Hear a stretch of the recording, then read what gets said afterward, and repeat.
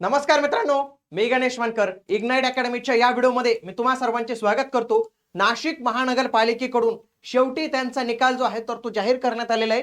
नुकतंच आपण काही दिवसांपूर्वी व्हिडिओ बनवलेला होता, ज्याच्यामध्ये मी तुम्हाला सांगितलं होतं की पुढील हप्त्यात लागणार आहे. तर आज हा निकाल जो आहे तर तो लागलेला आहे आणि त्यांनी खूप छान गोष्ट केलेली आहे नाशिक मनपाने. म्हणजे बाकीच्या मनपाने पण शिकण्यासारखे. त्यांनी काही कॉमन लिस्ट दिली नाही, म्हणजे कॉमन लिस्ट दिली मग काही नगरपालिका कॉमन देतात, त्याच्यानंतर प्रतीक्षा निवड असं करत बसतात. यांनी डायरेक्ट सगळा फायनल कार्यक्रम करून दिलेले तुमच्यासाठी. तर या सगळ्या काही गोष्टी आपण पाहणार आहोत. बघा, नाशिक महानगरपालिकेकडून 3/4/2026 ला आलेली ही अपडेट जी आहे तर तुम्ही इथं बघू शकतात. ओके,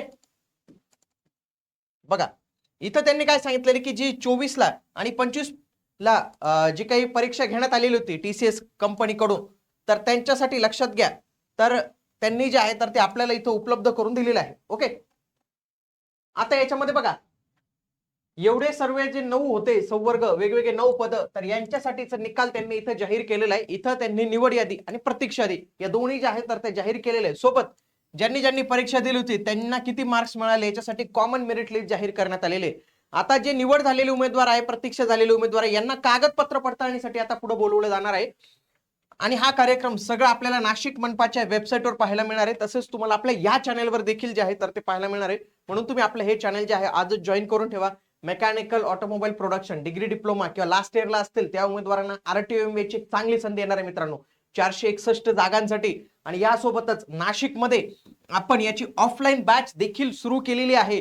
तुम्ही अजूनही जॉईन केले नसेल तर वेळ गेलेली नाही, आजच नाशिकला आमच्या अकॅडमीला भेट द्या आणि तिथून तुम्ही ही ऑफलाईन बॅच जॉईन करू शकता.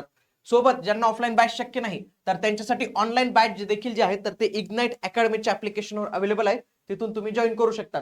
बघा, कनिष्ठ अभियंता म्हणजे जी मेकॅनिकल याच्या जेवढ्या जागा होत्या त्याच्यासाठी बघा इथं हे नाव दिलेले, अर्ज क्रमांक, रोल नंबर, त्याची डेट ऑफ बर्थ, कॅटेगरी आणि त्याला किती मार्क्स, म्हणजे टॉपर याच्यातला किती आलेला आहे, 168 चा टॉपर जो आहे तर तो आलेला आहे. जास्त, खूप जास्त गेलेला आहे कट ऑफ. मला पण एवढी अपेक्षा नव्हती की एवढा 168 चा टॉपर जो आहे तर तो इथं येईल.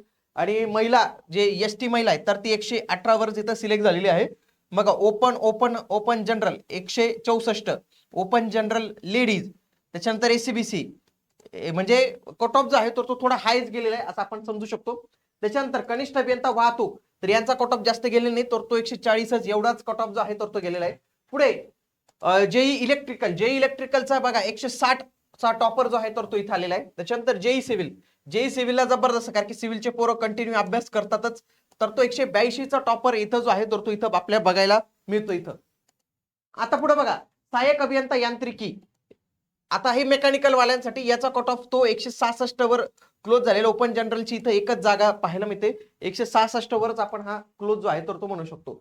तर हे असे सगळे कट ऑफ इथं दिलेले आहेत. ओके, ऑफलाईन क्लासेससाठी हा आपला ऍड्रेस आहे, तर तुम्ही नक्की इथं व्हिजिट देऊन RTO च्या ऑफलाईन क्लासेस संदर्भात जे आहे तर ते इन्क्वायरी करू शकतात. सोबत ज्या काही उमेदवारांची निवड झालेली आहे त्या सर्वांचं हार्दिक अभिनंदन. आणि लक्षात ठेवा की आता तुम्हाला पुढे डॉक्युमेंट व्हेरिफिकेशन करायचंय. डॉक्युमेंट व्हेरिफिकेशनला काय काय डॉक्युमेंट्स लागतील याची संपूर्ण माहिती येणाऱ्या कालावधीत तुम्हाला त्यांच्या वेबसाईटवर पाहायला मिळणार आहे. तरी तुम्ही मेन जे डॉक्युमेंट्स आहेत, तर हा एक्सपिरियन्सवर होता, तर तुम्ही एक्सपिरियन्सच्या संदर्भातली जेवढी काही तुमच्याकडे अवेलेबल असतील, सॅलरी स्लिप असेल, बँक अकाउंट स्टेटमेंट असतील, ते सर्व आत्ताच्या आत्ता काढून ठेवा, तुम्हाला फार उपयुक्त पडणार आहेत. भेटूया पुढील व्हिडिओमध्ये. तोपर्यंत जय हिंद, जय महाराष्ट्र, धन्यवाद.